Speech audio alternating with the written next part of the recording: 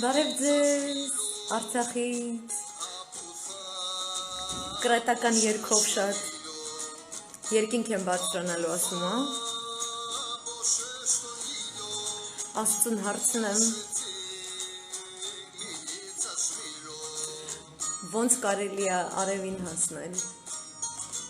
շատ հրաշք երգը, շատ եմ սիրում, մի քիչ տնակ արոտ եմ, դրա համար ես երգն եմ սանցում, որտև եկել եմ ստեղի սարերը, որտեղից կարելի Աստծուն հարցեր տալ, մաքուր սարերից, մաքուր Աստծուն, մաքուրով կարելի է սիրուն մաքուր հարցեր տալ, Tropper becamo Stamboniramo Ոնց եք, բարև ձեզ, լիքը բարև ձեզ Սաղապո, ես ձեզ սիրում եմ, երկի մեջ ասում, լավ էլ անում, բարի երեկո ձեզ, բոլորիդ ողջունում եմ, բարև Կոստանդին ջան, Կոստանդինոս ուզում եմ ասել, կներես, Կոստյա չեմ կարողանում ասել քո անունը, Կոստանդինոս եմ ուզում ասել, բարև Կոստանդինոս ջան, չգիտեմ դուք որտեղ եք, բայց փաստորեն դուք ինտերնետ ունեք, շնորհավորում եմ, ես մի հատ տեղ եմ գտել լավ ինտերնետով, որ խոսամ, ուրեմն այստեղ հրաշալի է, որովհետև ոչ մի տարակուսանք չկա, որտեղ ես գտնվում, ոչ մի տարակուսանք չկա այն առումով, թե ինչի դեմ է եղել մեր ազատամարտը, մեր գոյամարտը, դա եղել է գոյության պայքար, ու հանուն ինչի մենք պարտավորված ենք մեր երկիրը ազատագրած, մեր սահմանները նշած ավագ սերնդի գործը շարունակել ճիշտ ձևով և ունենալ նույն միասնականությունը, ինչպիսին որ ունեցել են իրենք այդ դաժան օրերին, մեր բոլորի համար շատ դաժան օրերին։ Այսօր երկրորդ նախագահ Ռոբերտ Քոչարյանի տարեդարձն է, 3 Բակո Սահակյանի տարեդարձն էր, հարգելի Հայաստան ջան, Հայաստանի վարչակազմ, ձեզ անվանում են թրաշամանուկներ, իսկ ձեզ հետևողներին զոմբիներ, որովհետև դուք դեռ չեք հասկացել ինչ բան է պետությունը, դուք դեռ չեք հասկացել, երկու ձեզ պատերազմով սպառնացող երկրների իրողության մեջ ապրելով, որքան կարևոր է, որ ձեր պամպերսային մտածելակերպը մի կողմ դնեք, առանց սոսկայի մնացած լաց լինելու ժամանակ մի քիչ արցունքները հավաքեք ու փորձեք գրագետ կիրթ հայերենով հանուն պետության շահի շնորհավորել Արցախի ղեկավարին, շնորհավորել երկրորդ նախագահին, ձեր ջղայնիկներին հավաքեք, իրանց սոսկեքը իրանց բերանը դրեք, որովհետև սա հուշկու կարևոր լայվ է, և ես Արցախից եմ անում, դրեք ձեր ջղայնիկները, ես Արցախից լայվ եմ անում, դիր Նիկոլի Քյասիփշուն, դրեք, այդ ենց հիմա էլ խնդա, այդ ենց էշավարի խնդա հիմա էլ։ Արցախը այն Ստալինգրադն է, որի համար կռիվ են արել, պայքարել են, այդ պահին Աստծու կողմից մեր մեջ ապրող մարդիկ, Աստծու կողմից նվիրյալ, այսպես, որովհետև մենք երբեք հերոսներին չեն կարողանում իմանալ, մինչև ժամանակը այդպիսի պայմաններ չի ստեղծում։ Այդ դժվարին պայմաններում երկրորդ նախագահը եղել է այն մարդը, երրորդ նախագահի հետ միասին, հրաշալի ապագայում արդեն գեներալներ դարձած անձանց հետ միասին, հրաշալի հրամանատարների հետ միասին, որոնք զոհվել են, հրաշալի ազատամարտիկների հետ միասին, որոնք զոհվել են կամ որոնք կան,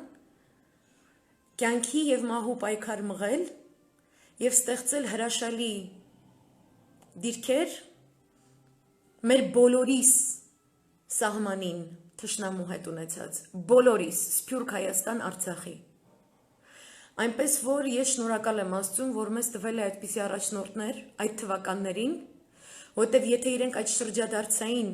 այդ 7 դարվա մեջ առաջին անգամ իր տեսակով պայքարը մղած չլինեին, մենք արժանանալու էինք 15 թվականին, Որտեվ նույն այդ 93 թվականին, երբ որ դեռ ադրբեջանցիները առաջ էին գալիս, այսօր չգիտես չգիտես ինչ խաղաղասիրական հեքիաթներ ու էշություններ ծախած թուրքական իշխանության այն ժամանակվա վարչակազմը, Անձինես Թանսուչիլերի հայտարարել էր, որ Հայաստանը մի տարածք է, որտեղ բավականին ճիշտ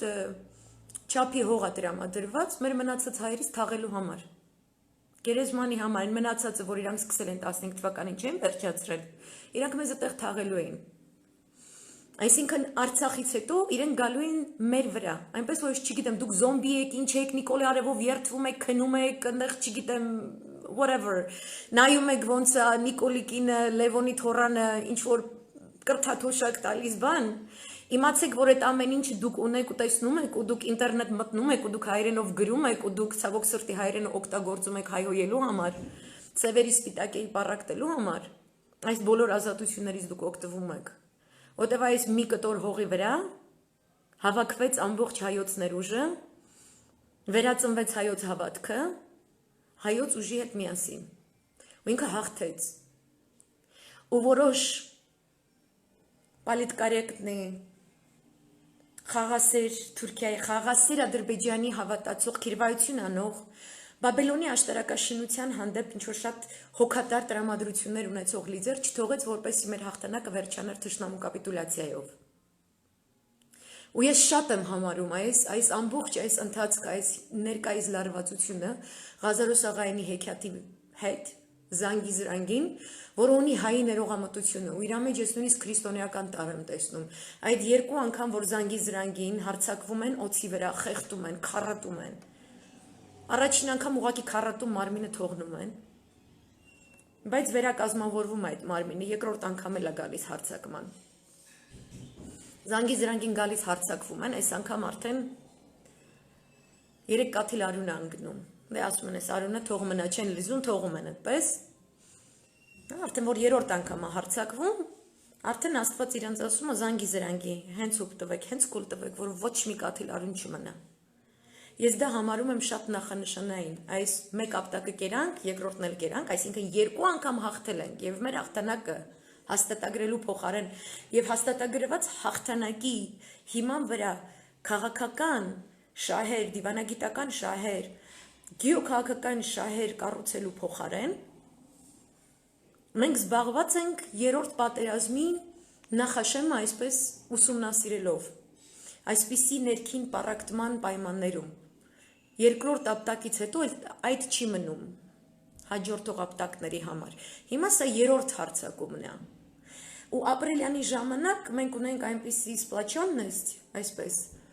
որ այս անգամ թշնամին տակտիկան փոխեց, զգաց, որ ներսից պետք է փորձի։ Նրանից առաջ էլ 2013-ին, 2008-ին, 2013-ին փորձել էին Սորոսը ցավով, գունավոր հեղափոխության ցավով, այդ տենդով վարակել մեր ազգը, չէր ստացվել։ Այս անգամ ստացվեց։ Երբ որ ներսից ես պառակտված ու դու գնալով թույլատնում ես քո պետական ինստիտուտները, դու ապականում ես քո խորհրդանիշերը, ապականում ես քո հավատքը, թույլատնում ես քո բանակը, քո բանակի բարոյահոգեբանական պատրաստվածությունը, դա թշնամու կողմից երկար տարիներ ներդրված ծրագրի արդյունք է, որ այսօր մենք ունենք Հայաստանի Հանրապետության վարչապետ, որը չնայած ամբողջ օր առավոտից իրիկում Facebook-ում գրչակցությամբ է զբաղված, չի կարողանում շնորհավորական նամակ գրել։ Եվ Բակո Սահակյանի ծննդյան օրը կրթաթոշակը նվիրում իր կինը կասկածելի իր ֆոնդերից Լևոն Տեր-Պետրոսյանի թոռանը, լավ եք, իրանքը վարկածներ, փողոց փակածներ, ձեզ դուր է գալիս։ Կամ երբ որ ես ներկայացնում եմ Լևոնի, ՀՀՇ-ի, ՀԱԿ-ի, ՔՊ-ի, սորոսականների միջև կապը ու դուք ասում եք, որ դե չգիտեմ էլի, կա, չկա։ Հիմա տեսնում եք, դուրներդ գալիս է, այս օրթաղային հարաբերությունները, որ միշտ է եղել ՀՀՇ-ում, ձեզ դուր գալիս է։ Լևոն Տեր-Պետրոսյան ջան, փող չի մնացել, տունը ցավը տանեմ, կնիկը լավ չի կարողանում, աշխատի ձեր կապերի վրա, որ փողով ապահովեք, ձեր թոռը ընկելա ֆոնդերի հետ, ինչ տիկնիկային թատրոն եք դրել, ձեռ եք առնում, արա։ Այդ սաղ թալանած գործարանների փողը ուր է։ Այս չի սիրում պավարոտներ, աբարոտներ այսքան տարի արել, սենց Գլենդելի քուչեքում, Աթենքի քուչեքում, Ֆրանսիայի քուչեքում, ինչ որ ինչքան գեղավարի, ինչքան սենց տրզած, սենց ոչ կուլտուրական, ինչքան սենց ոնց ասեմ, Այն սիրուն քնքուշ լեզով որ Լևոնն է խոսում, ճիշտ դրա հակառակ էքստրեմի, այդ այնց Պողոսների, հա, կներեք Պողոսներ ջան, բայց դες օգտագործում են, հավաքածուներին սնել եք, ծնել եք, պահել եք, հա, չնայած ձեր թվերի պատճառով են իրանք բոլորը գնացեն, որ իրանք սենց ծախվեն ձեզ։ Ու այսօր խոսան մեր պետության դեմ, ու ինչ որ Եվրոպա հոլով են, ու ինչ որ ժողովրդավարություն հոլով են, որը չկա ներկայիս վարչակազմում, իսկ ներկայացրել եմ ինչու չկա։ Այսօր Ռոբերտ Քոչարյանի տարեդարձն է, այսօր Արցախում Արցախի նախագահ հետմահու Արցախի հերոսի կոչում են պարգևատրել երկու հերոսական հրամանատարների, առանց որոնց այսօր Լևոն Տեր-Պետրոսյանի թոռը Հայաստանի հողի վրա չէր քայլի դեպի Աննա Հակոբյան, որպեսզի ստանար ինչ-որ կրթաթոշակ, Արայիկը իր ճաճանչափայլ ճակատով այնտեղ կանգնած չէր լինի, որպես անկրթության նախարար, ոչ մեկը այնտեղ չէի կլնելու։ Լեոնիդ Ազգալդյան, Վլադիմիր Բալայան։ Այն ազգը, ով չի հասկանում իր ոդիսեպսին, իր հերոսներին, չի ընդունում, այդ ազգը ստիպված է լինելու առերեսման գալ նոր ժամանակների հետ, որտեղ կամ ինքը վերստին պետք է հերոսապատում ստեղծի, կամ առհասարակ ջնջվի երկրագնդի երեսից։ Դրա համար գոյություն ունի հերոսների ինստիտուտ առհասարակ։ Դրա համար հերոսներին դատելուց, դատաբանելուց բոլոր պետությունները ղեկավարվում են միանգամայն այլ օրենքներով եւ ոչ ոք տեխնիկային թատրոններ չի ստեղծում եւ ոչ ոք կարովի գործերով չի զբաղվում։ Երբ որ զբաղվում են կարովի գործերով, դրան հաջորդում է պատերազմը։ Ես սա ուզում եմ շատ հստակ հասկանաք։ Ուրեմն ուզում եմ կարդալ շատ հետաքրքիր նամակ եւ հետո անցնել Իրանի անդրադարձին, բոլորը փոխկապակցված է։ Գրել է այն քաղաքագետ իրավաբան Ռոբերտ Մարգարյանը, որը բնակվում է արտասահմանում։ Այո, մազոխիստ ենք, Տոմա ջան։ Բանակ չտեսած դուխով տղեկը, զենք չբռնած դուխով տղեկը, ոչինչ չարած դուխով տղեկը։ Շատ էժանագին է երևում իրենց բոլոր պառակտումները, իրենց բոլոր քաղաքական իրատակ փորոցիները, շատ էժան տեղ է Երևանը դարձել, շատ է էժանացել։ Դա Լևոն Տեր-Պետրոսյանի ջանքերի շնորհիվ, որովհետև ինքը կտրեց հայ էլիտայի, մտավորական էլիտայի գլուխը Երևանի, գիտնականներին, պատմաբաններին, ինքը կտրեց մեր գիտական հիմքի արմատները, ցաքուցրի վարեց, հիմա էլ ըմբոշխնում է մարդը։ Եթե մինչև ինքը պատասխանատվության ենթարկված չլինի այդ ամեն ինչի համար, ես թքած ունեմ Լյուբոյի իշխանության վրա, թքած ունեմ Լյուբոյ խոստումների վրա, թքած ունեմ Լյուբոյ, օй մենք ժողովրդավարություն, մենք չգիտեմ ինչ, այնտեղ եթե մենք քիրվայություն անենք թուրքերի հետ, այնտեղ լավ կլինի, չգիտեմ, Արցախը Հայաստանից բաժանված էս կոմեն կոմյատ, Հայկո ունեք, որ սաղին սև սպիտակի բաժանեց, հա այսօր նույնիսկ իշխանական թևի մեջ ասում են էսով արա, հելեք սրան ռադարեք, նույնիսկ իրանց մեջ է պառակտում, սև սպիտակի բաժանողի դեմ, որտեվ անպրոֆեսիոնալ է, այն մնացած բոլորն էլ են անպրոֆեսիոնալ, ում պետքա բերեն, ում եք բերելու, ու առանց հերոսապատումի դուք ուզում եք պետություն կառուցեք, երկու անգամ պատերազմ հաղթած ժողովրդին դուք զրկում եք իր հերոսապատումից, իր հերոսներից, դուք չեք հասկանում, որ հայոց պետականության հաջորդ փուլը ամբողջովին իր հենքում պետք է ունենա երկու հաղթանակները, թե սլաբո չեք կարում, ինչպես որ զենք չեք կարա բարձրացնեք, որտեղ մուսկուլ չունենք։ Այդ է հիմա կատարվում, եւ ես սրա մեջ տեսել եմ գեոքաղաքական նպատակաուղղված ծրագրային իրագործում տարբեր ուժերի կողմից։ Հիմա կարդամ պարոն Ռոբերտ Մարգարյանի նամակը, bear with me, ես այտենց կարճ սենսացիոն լայվերի սիրահար չեմ, ես սիրում եմ ամեն ինչ այսպես խորությամբ մտնեմ դուրս գամ, երբ ժամանակ ունեք դիտեք, շնորհակալ եմ, որ միանում եք, բայց չկարդամ լավ չեմ զգալու, ինձ ելույթ կկարդամ, որ լավ զգամ։ Սիրո եւ համերաշխության հեղափոխության արդյունքում սերն ու համերաշխությունը ճակերտների մեջ են, որտեղ ճիշտ իրավաբանները այսպես են տեսնում այս ամեն ինչ, ես էլ եմ այդ ամեն ինչի ճակերտի մեջ տեսել առաջին օրվանից։ Դրա համար ես այս մարդուն հարգում եմ։ Հեղափոխության արդյունքում ձևավորված միջավայրում, երբ նախկին իշխանությունների ու մասնավորապես Հայաստանի Հանրապետության երկրորդ նախագահ Ռոբերտ Քոչարյանի դեմ ցուցմունքներ տալն ու գործ սարքելը արդեն ոչ թե ավանդույթի, այլ բիզնեսի է վերածվել, իսկ երախտագիտությունը դարձել է անգտանելի իր, այս տողերը երախտիկի խոսք են ուղում մի մարդու, որին այսօր շատերը փորձում են ուրանալ, չտեսնելու տալով նրա կատարած մեծ գործը։ Եվ նա շարունակում է պատմում է պարոն Ռոբերտ Մարգարյանը 2002 թվականի նոյեմբերի 27-ից 30-ը Թեհրանի հայոց թեմի պաշտոնական պատվիրակության կազմում մասնակցում էի Երևանում գումարված համահայկական երիտասարդական առաջին խորհրդակցությանը։ Այս լավ լսեք։ Այս որ եկավ սենց ղժղժած տեղ համահայկական խաղերի բացմանը, առանց շնորհակալություն հայտնելու այդ խաղերի նախաձեռնողին առհասարակ։ Դա էլ է պետության դեմ։ Այդ դա պետության դեմ է։ Եթե դու չես հիշում, եթե դու չես գնա, դու շնորհակալություն չես հայտնում, ուրեմն հարամ է քեզ անելու Աստված այդ քո հիմիկվա արածը, հարամ է գալու ձեր գլխին։ Երբ որ շնորհակալություն չեք հայտնում, հարամվում է։ Նույնիսկ եթե ինչ-որ արդարության նշույլ կա ձեր մեջ, էդ էլ է հարամվում։ Խորհրդակցության շրջանակներում, բացի պաշտոնական քննարկումներից, ծրագրվել էին հանդիպումներ պետական պաշտոնատարների, այդ թվում վարչապետ, երջանկահիշատակ Անդրանիկ Մարգարյանի եւ արտգործնախարար Վարդան Օսկանյանի հետ։ Խորհրդակցության ամփոփիչ նիստը գումարվեց Ծաղկաձորում, որին ուղարկել էր այն աշխարհ Լևոն Տեր-Պետրոսյանը, որին այն աշխարհից հետ բերեց Ռոբերտ Քոչարյանը, որին մասնակցեց Հայաստանի Հանրապետության նախագահ Ռոբերտ Քոչարյանը։ Հանդիպման ընթացքում տարբեր երկրների պատվիրակությունների անդամներ ելույթ ունեցան։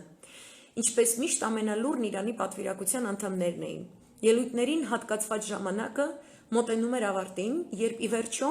մտքերը ժողովելով որոշեցի երախտագիտության խոսք ասել։ Միայն մեկ ելույթի հերթ էր մնացել, ու վեր բարձրացված բազմաթիվ ձեռքեր կային։ Իմ բախտից մշակույթի, սպորտի ու երիտասարդության հարցերի նախարար Ռոլան Շարոյանը, հավանաբար նկատելով դահլիճի այդ հատվածի լուր լինելը, վերջին խոսքի իրավունքը տվեց ինձ։ Այդ տարի մի քանի անգամ տարբեր պատվիրակությունների կազմերում Հայաստան այցելելու բախտ է ունեցել, ու որպես սփյուռքահայ չէի կարող թաքցնել հատկապես Երևանում մեծ թափով իրականացվող շինարարական աշխատանքների, նաև փողոցների ու շենքերի մաքրման ու գեղեցկացման կապակցությամբ հիացմունքս։ Այս ամենը քանդել էր Լևոնը։ Ես ծնվել մեծացել եմ իմ սիրուն իմ համով Երևանում, որտեղ մարդիկ ապրում էին մարդկանց նման, ու նույնիսկ այս տողերը գրողն է այսօր դարձել, գրողը սև ցավ իսկականից։ Այդ քանդած քաղաքը կառուցել էր, որը չես կարա ջնջես։ Փաստ է, իր կառուցումը փաստ է, որը չես կարող ջնջել։ Ու դրա համար պետք է շնորհակալություն հայտնել, որտեղ այդպես են ստեղծվում պետությունները։ Ոչ թե գեղամեջերը, այլ պետությունները։ The difference is very big։ Հիացած էի հատկապես Երևան-Սևան ասֆալտապատ ճանապարհով։ Հա Լևոն, թորդ լսում ա, թորնիկ ջան, այդ կրթաթոշակովդ կարաս մի հատ ճանապարհ դու սարքես կյանք։ Անեցե մի հատ մեյդան եք ելել։ Ամոթից դու բաբշի պետքա Երևան չմտնեք։ Որն ընդամենը քանի ամիսներ առաջ չափազանց անմխիթար վիճակում էր։ Նույն անմխիթարը ոնց որ Մխիթար Հայրապետյանը։ Ձմեռային ցուրտ առավոտյան օպերայի շենքի դիմացի մայթը սալահատակող բանվորի ու երանդով աշխատանքի մեկնող մարդկանց դեմքի ժպիտն ու գոհ հայացքները չէին կարող ուրախություն չպատճառել նաև ինձ։ Որոշեցի խոսել ոչ թե խորհրդակցության նիստերի արդյունքների, այլ Հայաստանում իրականացվող աշխատանքների, որովհետև ճիշտ առաջնորդի մասին խոսում է նախ եւ առաջ իր գործը, այլ ոչ թե իր Facebook-յան ստատուսը, ոչ թե իր կնիկը, ոչ թե իր երեխեքը, ոչ թե իր օրթաղները, ոչ թե իր հետևը մտածները։ Այլ ինքը լուր գործով պետք է զբաղվի Facebook-ից դուրս, որպեսզի իր գործը ակնհայտ լինի։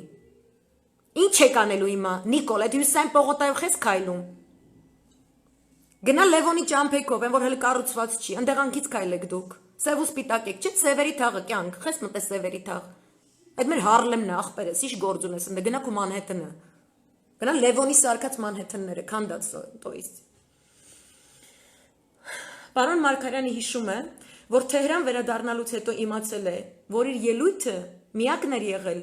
որը հեռարձակվել էր ամբողջությամբ ՀՄԷԿ-ի եւ Հայլուր ծրագրով, ու բարեկամներից մեկը հասցրել էր դա արձանագրել տեսաերիզի վրա։ Հիշում եմ, որ ելույթը չափազանց դրական արձագանք ունեցավ նաեւ մեր համայնքում։ Ռոբերտ Քոչարյանը պատրաստվում էր մասնակցել նախագահական երկրորդ շրջանի ընտրություններին, իսկ նրա տեխնացությունը պաշտպանում էր Հոիդան, որը մեծ ներազդեցություն ունի Թեհրանի հայոց թեմում։ Լսում եք սփյուռք չսիրող էակներ։ Այս մեր ազգն է, Իրանում ապրող մեր ազգն է։ Это что-то означает։ Դուք 3 միլիոն եք, ստեղ 8 միլիոն է։ Լավ լսեք։ Սա նախագահ Ռոբերտ Քոչարյանի հետ իմ առաջին հանդիպումն էր, բայց ոչ վերջինը։ Տարիներ անց, երբ նա արդեն նախագահ չէր, Իրանի կառավարության հրավերով իր տիկնոջ Բելլայի հետ մեկ անգամ եւս եղավ Իրանում։ Թեհրանի հայոց թեմի պատգամավորական ժողովում զբաղեցրած պաշտոնից բերումով պատիվը ունեցա Թեհրանի հայոց ակումբում մեկ անգամ ևս նրա հետ ընթրիքի սեղանին նստել ու խմել մեր Հայաստանի ու Արցախի կենացը։ Վերջում չեմ կարող կարևորությամբ չարձանագրել, որ Ռոբերտ Քոչարյանը Հայաստանի միակ նախագահն է, որի օրոք Երևան այցելած Իրանի նախագահ Մոհամմեդ Խաթամին այցելելով Ծիծեռնակաբերդ հարգեց մեծ Եղեռնի զոհերի հիշատակը, ինչի եղավ առաջինն ու վերջինը։ Եզրափակելով խոսքը, քաղաքագետը մեջբերում է պարսկական հայտնի առածը. միայն չգրված թելադրությունն է, որ սխալներ չի ունենում։ Կատարված ահռելի մեծ ծավալով աշխատանքի ընթացքում բաց թողումները ոչ միայն թույլատրելի, այլ բնական են, հատկապես եթե դրանք ինչ որտեղ գործ ունեն երկրի անվտանգության հետ, իսկ քարեր առաջինը նրանք կարող են նետել, ովքեր կհավակնեն, թե իրենք բացարձակ անմեղներ են։ Հա, ԼՏՊ, այս որ սենց քարեր ես խփում։ Դու կարող ես ոտից գլուխ անմեղության կանխավարկած ես կյանքում մենք չգիտեինք։ Ո՞վ ես դու որ քար շպրտես вообще։ Այսօր նաև Ռոբերտ Քոչարյան տարեդարձը շնորհավորել է մեր երրորդ նախագահը եւ Վլադիմիր Վլադիմիրիչը Նիկոլ ջան։ Դու գալիս է կյանք։ Ու ուզում եմ սպիտակներին, թավիշիկներին բացատրել, որ ձեր ոժձի Լեհաստան չգնալը ոչ թե իր որոշումն է կամ ինչ-որ Պուտինին ժեստ արել այս կոմենկոմ, այլ խելքը գլխին ազգերը չեն գնա երկրորդ պատերազմի ոգեգոճող ինչ-որ մի իրադարձության, որտեղ չի հրավիրված Ռուսաստանի Դաշնությունը։ Նույնիսկ Տրամպը չի գնացել, որտեղ ասելով դուք էշի տղա չեք։ Չնայած այդ էշի տղեկից ինքը ահագին օգտվում է։ Это сукины дети, но это его сукины дети։ Այսինքն ինքը սպառազինում է Լեհաստանը, Ռումինիան, ընդդեմ Ռուսաստանի Դաշնության։ Թեհրանի մասին խոսելով պատահականորեն սա չկարդացի, որովհետև Արցախի անվտանգությունը եւ Հայաստանի անվտանգությունը կախված են Իրանի օյաղության աստիճանից, իր քաղաքական, դիվանագիտական, ռազմավարական եւ տնտեսական ծրագրերում, ռեգիոնալ եւ գլոբալ մասշտաբներով, եւ այս իրողությունը շատ զգալի է եղել եւ զգալի է Արցախի բնակիչների շարքում առավել եւս, որովհետեւ այդ ահարկու օրերին Իրանի Իսլամական Հանրապետությունը որոշիչ դեր է խաղացել երկու պատերազմների ընթացքում էլ, եւ իսկապես Աստված մեզ ինչ որ ձևով սիրում է, որ այս տեսակ հարևան է մեր կողքը դրել, մանավանդ նման օրերին, նման իրադարձությունների խաչմերուկում, նման ահարկու իրադարձությունների, որոնց ուզում եմ անդրադառնալ, ներկայացրել եմ միշտ գեոքաղաքական ներկայիս համաշխարհային իրադրությունը, երկու ճամբարի բաժանված, արժեքային երկու համակարգերի, դեպի բախում գնացող, դեպի պատերազմ գնացող իրադարձությունների ամբողջ ուղեծիրը ներկայացրել եմ։ Մեկ թևը Բաբելոնի աշտարակը ուզում կառուցի, այն մեկը ուզում է փլվի այդ աշտարակը։ Ես բնականաբար որպես հայ գտնում եմ, որ մեր դերակատարությունը պատկանում է Բաբելոնի աշտարակը փլողների կամ մինիմումը այդ աշտարակաշինությանը չմասնակցելու միսիայի մեջ։ Ասենք, եթե մենք չմասնակցենք, ինքը նախ կառուցվող չի։ Այդ է մեր միսիան։ Ով որ ինձ հարցնում ազգային գաղափարախոսությունը, որն է, չգիտեմ ինչ, մենք արդեն ազգ որպես կայացել ենք, Աստված այն պատգամը, որ մեզ տվել է, ասել է հենց որ տենակ Բաբելոնի աշտարակը մեկը կառուցում, մի մասնակցեք, ձեզից այսքանն է պահանջվում, վсё, այս է մեր ազգային գաղափարախոսությունը, դրա համար էլ Իրան, Ռուսաստան, Չինաստան, այս հարաբերություններից իրում գտնվելով այն ռեգիոնում, որտեղ մենք ենք գտնվում, ես գտնում եմ, որ բնական է, բնականon է, որ մեր դիրքը պետք է լինի այս պետությունների հետ ավելի ճիշտ դիվանագիտական հարաբերություններ վարել, իհարկե առանց բացառելու Եմեն, ԱՄՆ-ն մնացած զրտուզիբիլները, որոնց հետ կարելի է cherry picking-ով աշխատել, պարտադիր չի գնաս ամբողջական կոնվենցիաներ վերցնես, ամբողջական համաձայնագրերին պատանդ դառնաս եւ այլն, որովհետեւ դու ֆիզիկապես, տնտեսապես, անվտանգության առումով գտնվում ես այս ռեգիոնում, էսա քո հարևանը, Գլենդելի հետ մենք սահման չունենք, Գլենդելի հետ շուկայական հարաբերություններ չունենք, մենք ունենք Ռուսաստանի Դաշնության հետ, մենք ունենք Իրանի Իսլամական Հանրապետության հետ։ Եթե Գլենդելը շատ ասես դարդանում, այսինքն ընդից գրավելով, ասես Ալեքսանդր Մակեդոնացու պես, Գլենդելի քիսոներ, անդոներ այդ որ տենց պենտագոնով, պետդեպով մեզ ասես սպառնում եք, եսի միշտ բան, ժողովուրդներ ջան, ցավն է տանեմ։ Ուրեմն վերցնում եք ասես հսկայական ռազմանավեր այդ Աբրահամ Լինքոլնը մի հատ հնազանդեցնում եք ձեզ։ Այդ միջուկային օթանավ թռցնող բան, այդ հսկա, այդ կրեյսերը գրավում եք Գլենդելի հայերով, այդ տենց գոռալով, տենց շունշանտիկի ասելով, սաղ այդ նավի վրա աշխատողներին անում դրանց ռադեկանում, այդպես մի երեք հատ կրեյսեր եք վերցնում, սաղ դրոնային համակարգը վերցնում եք, ու այսինքն շռնդալից Ատլանտյան օվկիանոսի այդ հատվածով, այսինքն ուղիղ գալի մտնում եք Եվրոպայով հնձելով, գալի հասնում եք Հայաստան, դարձնում եք մի հատ Հայաստան այսինքն Գլենդելից մինչև Հայաստան, հա? Ալեքսանդր Մակեդոնացու այդ ոնց եք ինձ գրում, ասում եք դմի կրիտիկա արա այս հրաշամանուկն են, իրանք հələ փուտուր են, իրանք բայց իրանք մաքուր են։ Օրինակ Ալեքսանդր Մակեդոնացին 33 տարեկանում արդեն ինքը գրավել էր աշխարհը այս կոմենկով, դե ես էլ ասում եմ, որ Ալեքսանդր Մակեդոնացի դարձին է, որտեվ իր ուսուցիչ եղել է Արիստոտելը, ու կներեք էլի ԼՏՊ-ն Արիստոտել չի, ինքը անձի Արիստոտելը է, էլի, որտեվ իր սովորացրած սանիկն է, ասում են Արիստոտելի ասած է հեղափոխությունների մասին մեր դարաշրջանում ինքը ճիշտ չի, այդպես չի, Արիստոտելը սխալ է գրել, բան տենց ալենչիկ ունենք, մի հատ ալեն կա, իր հակով չի Արիստոտելը, էլի, դրա համար էլ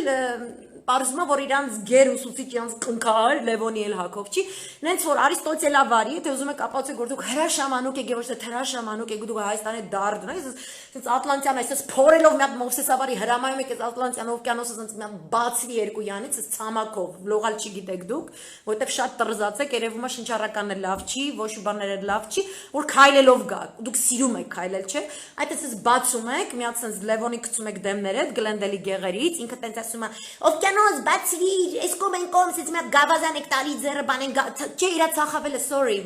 Signal Միկոլաս էլի, նա ցախավել եք տալի ձեռը բան, այդ իր սիրած ցախավելը, մինչև Նիկոլի տակ դնել է ցախավելը, ինքս մի հատ խփում եմ մի հատ հրամայում Ատլանտյան օվկիանոս բացվի, այս կոմենկոմ սիմսի մատկրոյս է բան, ու տենց սաղդ Գլենդելից հելում եք քայլելով գալիս եք սաղին ես Հունաստանով բարով մտնում եք սաղի մատ վրա երթի եք ենթարկում, մտնում եք Հայաստան, ասում եք վсё, արդեն մենք մեկ գյուղաքաղաքական ուղեծիրի մեջ գտնվող, ստեղից է գնում ենք Ծիրկաթինը, ախպեր ջան, Մետաքսե ճանապարհը Ծիրկաթինի երկրային պատկերն է, որով հետաքրքրված է եղել Արիստոտելը, որի համար տառապում են մինչև այսօր բոլոր գեոքաղաքական խաղացողները, դրա մեջ եզերագիտություն կա, միամու կոսմոլոգիա, sorry, հա, ճիշտ ասեցի, ու դրա համար է, որ այդ Մետաքսյա ճանապարհը, որի մեջ մենք ենք գտնվում, այսքան հետաքրքիր է այս բոլոր գեոքաղաքական խաղացողներին Չինաստանից մինչև ԱՄՆ-ը, հենց որ Գլենդելցիներ ջան, վперед ցավները տանեն, դուք էլ լայվի մտեք, Նիկոլին ասեք լայվ չմտնի, գործ արեք ցավները տանը վերցնում եք Նիկոլ Լևոն ցախավելով բանը տենց, սիրո ստրատեգիա է, в общем, եւ որ դա իրականացնում եք, նոր մեզ ասում եք, որ մենք տնտեսապես, ռազմական առումով, դիվանագիտական առումով, ձեզնից ավելի ստանալիք ունենք, ավելի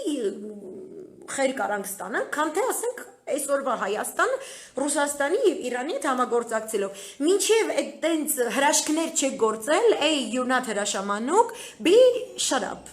Okay? Եկեք պրագմատիկ լինենք։ Ձեր կարողացածի հնարավորությունների ռազմերով պետք է լինեն ձեր խոսակցությունները, այսքանից ավելի չեք ձգում, այնց որ հերքը քյալատակ, հեսա 22-ին կգա Նիկոլը, իրար ջանք ասեք, ջանկը լսեք, Իջևանի այնտեղ հոկեբուժարանի բանը կգտնեք, Գլենդելի, ասեք sense welcome to Գլենդելի հոկեբուժարան բան տենց կդնեք, սաղով տենց սատանայական տաշի տուշի կանեք, ցախավալների տունը չմոռանաք այդ օրը, ցախավելով կգնաք, տաշի տուշի կանեք, կմոռանաք, որ սեպտեմբերի 21-ը այնքան կարևոր չէ, որքան իմ քայլը արած Նիկոլ Փաշինյանի սեպտեմբերի 22-յան այցը Գլենդել, ինչպես որ ապրիլի 24-ը այդքան կարևոր չէ, որքան ապրիլի 23-ին քաղաքացու օր հայտարարած Նիկոլը, իմ քայլ արած Նիկոլը, բլա բլա բլա։ Սենց բաներ էլի։ Այն մնացած նորմալ հայերի համար դա կրկես է։ Դուք ձեր կրկեսով զբաղվեք, հիմա մենք ցած լուրջ բաներով ենք ուզում զբաղվել։ Այս ամբողջ հակամարտությունը, որի մաս մենք պետք է կազմենք Իրան եւ Ռուսաստան երանգյունու մեջ, եւ որի մաս էինք մինչեւ այս հրաշամանուկ Վագ Խանալյան։ Ուզում եմ հասկանանք, որ ներկայումս լրջորեն գտնվում է հակահարձակման մեջ այդ մյուս արևմտյան կողմից։ Ու ես դա ներկայացրել եմ Իրանի տանկերի տանկերային պատերազմի այս պատմությամբ ներկայացրել եմ Իսրայելի այսպես քանդեստային հարձակումներով Իրաքի տարածքում իրանական օբյեկտների վրա, ներկայացրել եմ ինչպես է Տրամպի վարչակազմը հյուսիսից մինչև հարավ ամբողջովին ինչ որ դեպի այսպես Իրան եւ Ռուսաստան տանող ճակատով ինքը ռազմական նոր ուժեր եւ հենակետեր է ստեղծում, այդ իսկ պատճառով դուրս է գալիս մնացյալ համաձայնագրություններից, այսինքն Իրանի դեպքում ինքը դուրս է եկել, հա, հարավային կետը, իր ատակայի, ինչ են ասում, հարձակման գծի հարավային կետում, ինքը դուրս է եկել բավականին լավ գործող Իրանի հետ միջուկային համաձայնագրից, վերևի կողմով, հյուսիսային կողմով ու կենտրոնական ընդեղ Ուկրաինա Վրաստանը դե խուժանին գցել անդե մեջտեղ որ բզբզ անցնենց արչին, ոբշեն ներվային մեղուները սաղորը կծում են, բայց կծելու ցատկում են, այն վերևից էլ ոչ միայն ՆԱՏՕ-ի ուժերի հիմա ավելի այլ սպառազինություն է սկսում կենտրոնանալ Ռուսաստանի հետ սահմանի վրա, այլ որտեղ այն միջին հեռահար համաձայնագրից էլ դուրս եկավ, միսայլների համաձայնագրից էլ դուրս եկավ, միակողմանի այտենց վեկալեցի դուրս եկա, սա աշխարհը օքեյ է, ոչ մեկ բան չի ասում։ Իսկ դա հենց նա էր, որ պետքա բալանսի մեջ բայր, այսինքն այն բոլոր գործիքները, որոնք միջազգային դիվանագիտության տեսանկյունից դիտարկվում են որպես դեպի խաղաղություն, հա, դեպի բանակցություններ տանող, այսպես ռազմական թիկունք, հիմա բոլորը անցել են խաղաղության փոխարեն անցնում են ագրեսիվ, սրանք ագրեսիվ գործոններ են նման համաձայնագրից դուրս գալու process-ը, որովհետև կարելի է համաձայնագրից դուրս գալ նորը մշակելու հետ միաժամանակ, դու չես կարող կտրուկ ձևով դուրս գալ, չես կարող կտրուկ ձևից հարգից խմել, դու կամած բան, տենց բաներ կա, չէ՞, կամ ծխելը, sorry, խմելը պետք է թարգել միանգամից, լավ բան չի անում, բայց վերևի կողմից հյուսիսը, եկեք չմոռանանք, ամենահարավային տոճկան Պարսից արաբական ծոցը, հա, ու վերևից Արկտիկայի մասին եմ ուզում խոսել, որովհետև շատերի թված, որ այսինչ ծիծաղելի մարդ է այս Տրամպը, ուզում էր Գրինլանդիան առնել, այսինչ դեբիլ է, այսինչ եսի ինչա, նախ եւ առաջ ասեմ, ի տարբերություն մեր Հայաստանի ներկայիս իշխանության, երբեք ոչ մի ամերիկյան վարչակազմ չի խոսում առանց Պենտագոնի եւ հետախուզական ծառայությունների ներկայացրած ստրատեգիական խորհրդատվության։ Այտենց հենց այնպես չի հելնում, ասում բռնել, կախել, ասֆալտին փռել, Գրինլանդիայի հետ 56000 հոգին, որ ընդ ապրում է, սաղին մոմենտալնա ալկաշ հայտարարել, դնել մի հատ ռիհաբի մեջ, բան, вообще Դաղստանից դուրս չգանեսյանայան։ Իր արածը չի եղել որպես դեբիլություն։ Ես ուզում եմ այդ հյուսիսային տոճկայի մասին խոսամ, որ հետո վերջում կապեմ այս հարավային տոճկայի հետ, որ դուք հասկանաք, որ սա հարձակման ճակատ է, որ այն, ինչ նացիստները չէին կարողացել անել 45 թվականից ի վեր, իրանք փորձում են հիմա այս ձևով իրականացնել։ Արկտիկան ինքը շատ կարևոր տարածք է, այդ տարածքը իրար մեջ բաժանում են 8 երկրներ, Կանադան, Անգլիան, Դենմարկ, Iceland, Finland, Norway, no, Դենմարկը չի կա, sorry, Finland, Iceland, Norway, Ռուսաստանը, Շվեդիան ու Ամերիկայի Միացյալ Նահանգները։ Դանիան ընդեղ սուվերեն տարածք չունի։ Ամերիկայի Միացյալ Նահանգները ունի։ Բայց Ամերիկայի Միացյալ Նահանգները Ալյասկան Եկատերինա ты была не права, հորս արև, այդ աղջիկի սիրուն բաներ արել, բայց այդ մի բանը չպետք է անել, էլի։ Էս էլ են Պարսկական ասացվածքի պես, ասում եմ միայն չգրված թելադրությունն է, որ սխալներ չի ունենում, ես Եկատերինայի սխալն է եղել, Ալյասկան էս դեբիլներին ծախել է, որովհետև այդ Ալյասկայի շնորհիվ է, որ Ամերիկայի Միացյալ Նահանգները ստացել են սուվերեն տերիտորիալ իրավունք Արկտիկայի նկատմամբ, բայց եվրոպական մասով իրանք ոչ մի ներազդեցություն չեն կարողանում ունենալ, նախ իրանք Կանադային չեն կարող վատություն անեն, Դանիան չունի այդ իրավունքը չունի, բայց Դանիան ասեն Գրինլանդիան պահելուց ընդեղ մենակ 56000 հոգի մարդ է ապրում, մեր մեջ ասած ալկաշ սատկում են, որտեղ ահավոր պայմաններ է կյանքի, ոչ մի բանով չեն զբաղվում, բնիկներ են,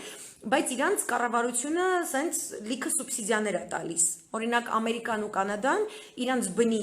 բնակիչներին չեն տալիս այդպիսի սուբսիդիաներ, փորձում է իրանց ձկնաբուծությունը, իրանց ազգային ինչ-որ տենց ֆոլկլորային արհեստակցական միություններ ստեղծի, ինչ-որ արհեստների որ տիրապետում են, վալենկային գործում շալմալ, բայց ոչ ռուսների պես ջիգարով են, ինչքան օյաղությունը թույլ է տալիս այդ ձևով, իսկ Ամերիկայի Միացյալ Նահանգներին այդ տարածքը պետք է, որպեսզի ինքը կարողանա, ուշադիր, կարողանա խփի Ռուսաստանի Դաշնության եւ Չինաստանի հետաքրքիր տանդեմին, որը ստեղծվել է այդ յաները, այդ կողմերում։ Ռուսաստանի Դաշնությունը այդ Արկտիկայի տերիտորիալ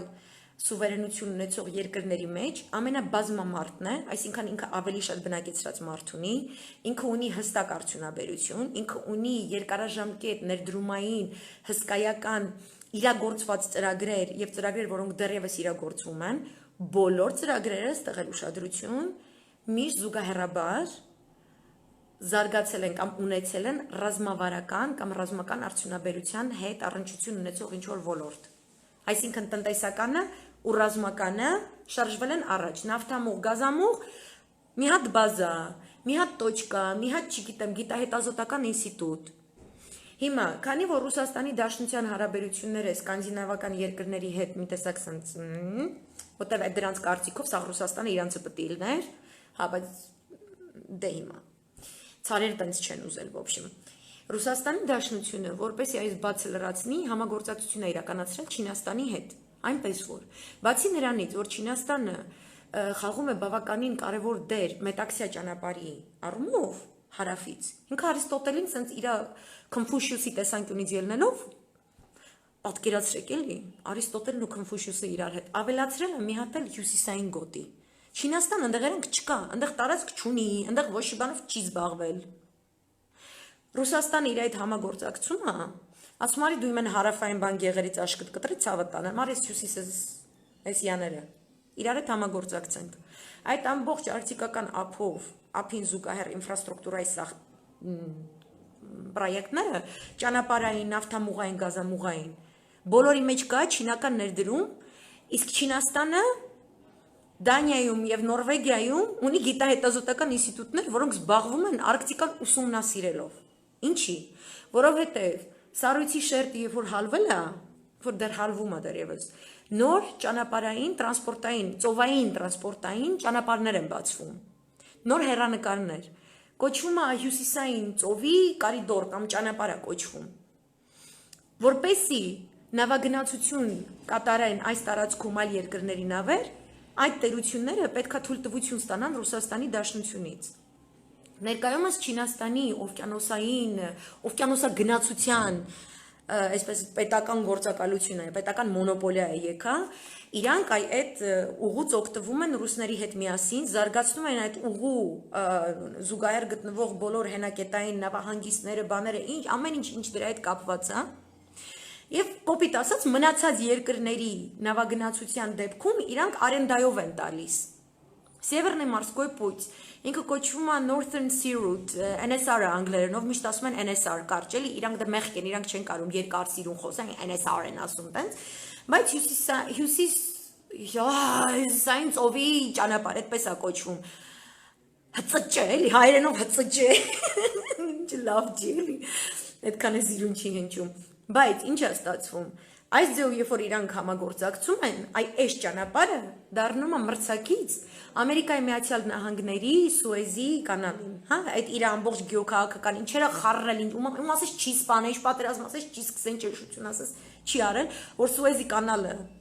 իրագործվի, ինքը այնտեղ ունենա գերակշռող դեր։ Հիմա Տրամպը էշեշ դուս տալուց առաջ եղել է Պենտագոնի զեկույց կոնգրեսում։ Ամբողջ ուրեմն National Defense Strategy ներկայացնելուց իրանց ազգային պաշտպանական ազգային են ասում Նիկոլյատա, Սորոսյատա, իրանք ունեն ազգային շահ, կոչվում է ազգային պաշտպանության ստրատեգիա։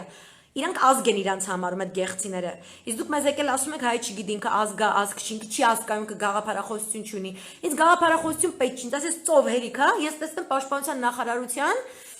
ազգային պաշտպանության ստրատեգիան, այդպես նույն տիտղոսով, որ կարդացվի մի հատ ազգային ժողովում ու ազգի անունից այս ազգային ստրատեգիան ազգային ժողովա, ասենց պեչատի, նա ասենց ուղարկի ազգի վարչապետին ու իրան ազգի մաս կազմում, ոչ թե քաղաքացիներ հանրույթ, հանասարակություն, քաղաքասարակություն, ազգի ներկայացուցիչ վարչապետը, ասենց սիրուն, ասենց պեչատի ստորագրի բան, մենք սաղս կայֆ ստանանք դրանից։ Ուրեմն, Պենտագոնը երբ որ ներկայացրել է զեկույցը, այնտեղ այսպես մի բաբաթին մաս նվիրված է եղել Արկտիկային, որովհետև ասում է, մենք հիմա որ ուզում ենք այս 21-րդ դարը դարձնենք Ամերիկայի դար, որ միջին արևելքը մենք այս ձև ենք տեսնում, Հայաստանն էլ է մեջը, Իրանն էլ է մեջը, սաղմերը պետք է լինի մեր ասածով պետք է ապրեն այս կոմեկով, ասում են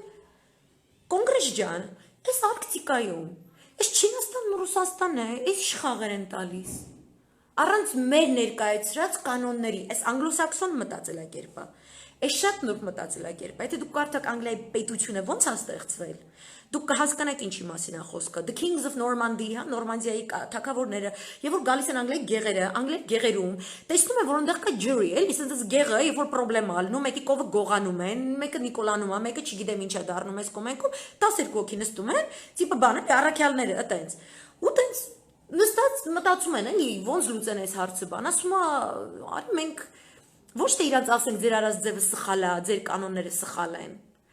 Մենք մանրից մտնենք, տիպը մենք համաձայն ենք ձեր հետ, բան, մենք հավասկանում ենք ձեզ ըմբռնումով ենք մոտենում, մենք ավելի փողոտ ենք։ Իրանք քանի տենց ապրում են, բան, ինչ փող ենք տալի դրանց գեղերը տուրբաբրավոտ ենք բերում, չգիտեմ, ինչ մենք էլ մեր համար այնտեղ դղյակներ ենք կառուցում, բան, սրանց էլիտայի գլուխը կտրում ենք։ Ով որ սրանց գեղերից բաներից էլիտա է այս կոմենկում, այս սրանց սաղ ցեղերին, այդ Braveheart-ը որ տես նայում սնկրտում եք, բան, այդ տենց իրա տեսակին, սաղին կտրում ենք, ու մենք ենք իրանց կանոն թելադրում։ По факту ոնց որ իրանցն է, տիպ իրանք դեմոկրատիա ունեն։ Այդ jury duty-ին, այդ հերիք չի։ Մենք թակավորած տունը, արքայից տունը իրանց մի հատ դատավոր պետք է նշանակի։ Այդ ծնվել է մի հատ դատավոր 12 հատ jury։ Մի հատ դատավոր 12 հատ jury։ Հասկանում եք։ Հիմա ստեղ ասում է, այս նրանց գեղերը իրանք երկուսով գալի հավաքվում են, որոշում են, որ նավերը ոնց գնան, ինչ անեն, ասում է միջազգային օրենսդրությանը համաձայն է, ասենք իրանք միջազգային նավագնացության օրենքներին դեմ ոչի բան չեն անում։ Ռուսաստան ու Չինաստանը այսպես անելով։ Ոնց որ ասենք այն հին ժամանակ Անգլիայի գեղերի բնիկները, այն որ գրում եք սաղը Հայաստանից են եկել, չգիտեմ, ստեղից են եկել, բա տենց հարիվ իրանց համար ապրում են։ Այս անգլիական արշավանք մի անգամ եղել է, հիմա նոր է կատարվում, էլի է կատարվում Հայաստանում, տիպը ձեր օրենքները օքեյ ամ, օքեյ, բայց մի քիչ մենք պետքա կանոններ դնենք։ Ու ասում են կոնգրեսին, հիմա նենց պետքա մոնիտորինգ սկսենք անել, այնպիսի մի ստրատեգիական հենք պետքա գտնենք այդ տարածաշրջանում, որ կարողանանք մենք սկզբում պատկլուչացը, հա, այս իրավիճակին, երբ որ այս երկուսը սենց որոշում են, то есть այնպես վիճակ ստեղծենք, որ այս ամեն ինչ որոշելուց մի հատ է մեր կարծիքը հարցնեն, այդ սկզբի համար։ Սկզբում իրանք մարդու տեղ իշտեղ ես դնում, բերում գցում ես քո կրոգը, հետո սկսում ես համագործակցել բան, տենց ինքը ավելի փողոտ, ավելի չգիտեմ ինչ այնտեղ միջին արևելքում էլի տենց մի հատ արաբական երկիր կքանդի, չգիտեմ ինչ կանի նավթը կգողանա, ապօրինի թմրադեղերը կբերի Աֆղանստանից, բան կծախի, զենքեր կծախի Աֆրիկային ապօրինի, ոչ սա it's called the black budget։ Կոչվում է սև բյուջե, անուն ջան, չգիտեմ դու ինչով ես զբաղվում, բայց ինձ թվում է Ամերիկան քեզ կարար մի հատ լրիվ ուշ տրեյնինգ ապահովել կյանքս, կարող ապահովել արդեն չգիտեմ։ Ինքը կոչվում է the black budget of Pentagon։ Այդ սա բյուջեն է, որտեղից ոչ մեկ ոչ մի աչոտ ոչ մեկի չի տալի, ու թքած ունեն ձեր մակերի, կակերի ու այն մնացածների վրա։ Իսրայելն էլ է նույն ձևի։ Okay, տենց։ Ոսում խցկվենք, մենք ասես մեր փողերով, մեր պրախոդներով, մեր չգիտեմ ինչերով, սկսենք մենք թելադրել, թե այս ծովային կարիդորից ինչպիսի հարտոնություններով ու ով պետք է լողա ու ոնց պետք է լողա։ Այսինքն վաղը մյուսօր ասում են Չինաստանը եւ Ռուսաստանը չպետք է շանս ունենան, դաժե մրցակից դառնան մեր համար։ Ասում են այսօր մեզ ստիպում են, որ մենք իրանց հետ հարաբերվենք որպես հավասար մրցակիցներ։ ԲԴԿ սազումը շուռը ասում են չի կարելի։ Մեզ չի սազում մրցակից լինել հավասար ուժերի։ Մեզ պետք է ունենան leverage։ Մենք պետք է leverage ունենանք։ Ու այդ իսկ նպատակով Տրամպը որոշել է այս ճանապարհը բռնի։ Ու նենց չի, որ իր այդ բռնած ճանապարհը is off the table։ Ինքը դեռ push է անելու։ Ինքը դեռ գնում է այդ ծրագրով, որ Գրինլանդիան առնի, Դանիան արդեն իր ստրուկն է, այդպես պատերազմի չկա, որ Ամերիկայի Միացյալ Նահանգները ՆԱՏՕ-ին հասել է, հելե գնացին, գնում են գյուլենք, արաբ գյուլենք, պարսի գյուլենք, չգիտեմ, ինչու Դանիան սենց հելած գնացած չլինի։ Ու նենց չի, որ Դանիան դեմ է, էլի Գրինլանդիայից ազատվելուց։ Այդ 56,000 հոգուն իրանք ամեն տարի կերցնում են։ Տրամպ ասում է ախպեր ջան, ես տեր եմ իրանց, ես իրանց կկերցնեմ, ինձ տուր։ Որտեվ հենց դաս ես դա կցում եմ իմ սուվերեն տերիտորիային Արկտիկայում։ Իսկ դու հիմա չունես այդ սուվերենությունը։ Այսինքն այդ որ ինձ ասենք գրում էի կամ որ ինքը կարա չերես Դանիա իրականացնի այդ գործողությունները, հա, ասենք ինչ որ տենց ՆԱՏՕ-ի շրջանակներում հավելյալ բազաներ ստեղծի, բան, ինքը դրա լեգիտիմությունը այդ բազաները օգտագործելու չունենա, որտեղ այնտեղ սուվերեն տարածք չունի Դանիան, իսկ ստրատեգիական առումով Գրինլանդիան գտնվում է հենց այնպիսի հատվածում, որտեղ ինքը կարա օգտագործվի որպես սուվերեն տերիտորիա, բայց պետքա կցվի ինչ որ մեկին։ Անգլիան տենց խաղեր չի կարա տա, ինքը չի կարա Գրինլանդիա առնի։ Կանադան ինքն իրան ժողովրդավար է համարում, вообще տենց բազարների մեջ չի սիրում, ինքը իրանով սենց բոլբոլ հերիքա ապրում է ու իրան вообще պետք չի տենց ընդարձակվի Չինաստան Ռուսաստանի հետ ուղղակիորեն գնա արճակատման իրանց արճակատի չգլավնի այդ Ամերիկայի Միացյալ Նահանգներն ասում ախպեր ջան դու վեկ ալբան ես կասեմ սա լեգիտիմ է դու գնա արբան սա լեգիտիմ է շատ այդ նասկի մասկիները այդ Գրինլանդիայի 56000 հոգին որ գործում են վալինկի մալինկի էս կոմենքում դա սաղի կանադան կառնի բան այն իրանց այն մնացած գեղցիների ֆոլկլորների այդ բաներին ֆեստիվալներին որ սենց պահել են մի երկու հատ սենց էքսպոնատ են պահել այդ բնիկ ազգերի բան դες կկցեն բանեսյանն է принципին դա ապրոցեղերի вообще կարևոր չի ով է իրանց էլի կերցնում տենց կապրենք սա է Գրինլանդիայի ամբողջ այս պատմությունը սա է ու իրանք հետևելու են որովհետև իրանք այս Արկտիկայում չունեն այդ առավելությունը միջին արևելքում գանք հասնենք մեր ցավոտ կետին իրանք փորձում են դա ստեղծել հիմա անդրադառնամ այն մի ուրիշ սիրուն հեքիաթի մեծ սերիալի մեջ ես անդադ պատմում եմ այդ իրանական տանկերն է որ լողում է այն բանի պես է որ երեխային խաղում ենք ավտո գնաց ուր պիտի հասնի սկզբում ոչ մեկ չգիտեր ուր պետք է հասներ Բոլթն ասեց չլնեմ չիմանամ այդ հասնի եսի մուր ինքը Սիրիա է գնում ոբշեմ բռնեք դրան բերմանի ենթարկեք բռնեցին բերմանի ենթարկեցին մինչև հիմա անգլիական տանկերը դրա փոխարեն հեղափոխության պահակները որ ասացին ոբշեմ մենք ձեր նավն ենք վերցնում այտենց լավ էլ վերցրին ասես բաբաթին սիրուն նավ կանգնած է Իրանում սպասում է թե ուր պետք է հասնի այս մի ավտոն հետո տենց Իրանը դաբից է եղավ նավը ազատեք ոբշեմ ես թղթի վրա բան եմ ինչ են ասում հորս արև ինքը Սիրիա չի գնում այս նավը ու տենց միջազգային նավագնացության այսպես վարկենական ճշգրտության օնլայն այսպիսի բան կա պորտալ կա այնտեղ դուք կարաք տեսնեք սաղ նավերը աշխարհի ուր են գնում ոնց են լողում մեկ էլ ասում են դատելով այս ճանապարհից որ ինքը վերցրել այս նավը գնում է Հունաստան Հույները ասում ախպեր մենք դες բան չենք լսել էսյան են քիչ մոտեցավ բան այնտեղ Ամերիկայի Միացյալ Նահանգները ասին բռնել ասֆալտին փռել էս նավին ով որ այդ նավին օգնի դրանցի ասֆալտին փռել սաղ տերորիստիկ սաղ բռնենք էս կամ այն Հունաստանի արտգործնախարարությունը ասեց вообще-то նավի գաբարիտները մի քիչ շատ չաղ է 330 մետր բան ու դե պետք է մտնի մենք չունենք այտենց բան էլի deep water port չունենք խորը այդ խորունկությամբ նավահանգիստ մենք չունենք մենք չենք կարող այդ նավը վերցնենք Այդ նաև տանկեր բայց դա չի նշանակում որ ինքը կարևոր չի որ մտնավանգիստ ինքը միտեղ կարա տենց մնա իր վրայի այդ 2.1 միլիոն barrel oil-ը որը չմշակված նավթ է ինքը դեռ պետք է մշակվի ու ամերիկացիների հետախուզական տվյալները նշում էին որ Սիրիա է լողում որպեսզի Սիրիայում վերամշակման ենթարկվի որտեղ Սիրիայում դա պրոիրանական գոտի է Այնտեղ ավելի էժան է նստում այդ ամեն ինչը եւ Սիրիային արգելված չի Իրանի հետ ինչ որ գործողություններ իրականացնելը Հիմա այս նավը Հունաստան չմտավ գնում էր դեպի Թուրքիա Դա օգտագործվեց որպես առավելություն Էրդողան-Պուտին հանդիպումների ժամանակ որտեղ Էրդողանի սիրտը դող էր ընկել ինքը միևնույն ժամանակ Իդլիբու մեշություններով էր զբաղված իր զորքերը Սիրիան եւ Ռուսաստանը քիչ էլ այնտեղ իրանական պրոիրանական ուժերը սրանց շանսատակ էին անում, բայց այդ շանսատակության արդյունքը դեռ պարզ չէր, հա? Ու իրանք ասացին դե քշենք դրան Թուրքիա մտցնենք, բան, թուրքական ամերիկյան այս հարաբերությունները այս բայդրությամբ խզենք այս կոմենքում, իրականում լավ շեղեցին, իրականում այսօր օրինակ արդեն երկրորդ տանկերն է ռուսական տանկերով ու չգիտեմ սպառազինության բան, գնացել հասել, այսօր Իդլիբում սահմանվել է հրադադար, զինադադար, որտեղ սիրիական բանակը տերիտորիայի մեծ մասը կարողացել է իր վերահսկողության տակ վերցնի, բայց Թուրքիա ամերիկյան այս 14-ից 40 կիլոմետրի պատմությունը դեռ շարունակվում է եւ սպառազինությունը այդ ուժերի, այդ իգիլականների, Ալ-Նուսրայի մնացած ուժերի դեռ շարունակվում է եւ կա նույնիսկ այնպիսի կոնցենտրացիա այնտեղ ուժերի, որ Ամերիկայի Միացյալ Նահանգները հաջողացրել են այդ կոնտինգենտից որոշ մաս ուղարկեն նաեւ դեպի Իրաք, Սիրիայի հետ Իրաքի ունեցած այս երկու կողմերում սահմանի, որ իրանց մեջ նաեւ կորիդոր լինի Զենքեր տանել բերելու, որտեղ Իրաքը ավելի ամերիկյան, այսպես ազդեցության տակ գտնվող զոնա է, չնայած Իրաքի պարլամենտը անցյալ շաբաթվանից քննարկում է նոր նախագիծ Ամերիկայի Միացյալ Նահանգների զորքերին կուլտուրական ձևով դուրս հրավիրելու համար երկրից։ Հիմա, քանի դեռ զինադադար չէր հաստատվել, դեպի Թուրքիա էր գնում, Էրդողանը ընդեղից դուրս եկավ պարսիկներին ասաց ձեր ցավը տանեմ ինձ բաներ մի արեք, ես էս Ալ-Նուսրային կասեմ զենքերը վայր դնեն, չգիտեմ, այս կանեմ, այն կանեմ Սիրիայում, մենակ ես խարխշտիկ վիճակում, էդ էլ մի ավելացրեք իմ գլխացավի, օքեյ ասեցի, ֆռցրին այս նավը, sense U-turn արեց բան, ու մեկ է ցույց է տալիս այս քարտեզը, որ գալիս է Լիբանան։ Ինչի է գալիս Լիբանան։ Որտեւ Լիբանանում այդ ժամանակ Իսրայելը կայֆեր էր տալիս դրոններ ուղարկելով, պայթուցիկներ կրող դրոններ ուղարկելով, դրոններից տուն ընկնում են Բեյրութ այս կոմենքոմ, ու Հզբոլան ուզում է ցույց տա առավելություն այդ պահին, то есть այդ իրանական նավը մոտենում է այդ սաղ նավթով, այդ նավթը փող է։ Հիմա այսպես Իսրայելին պատասխան տվեցին իրանական պրոիրանական ուժերը Հզբոլլան, այնտեղ Իրաքի օդային տարածքը ամբողջովին փակվել է իսրայելական ուժերի համար, Իդլիբի տարածքից ինքը չի կարող ոչ մի օպերացիաներ այլևս իրականացնի, մի օպերացիա այնտեղից է կատարել։ Հիմա ասենց մտածում են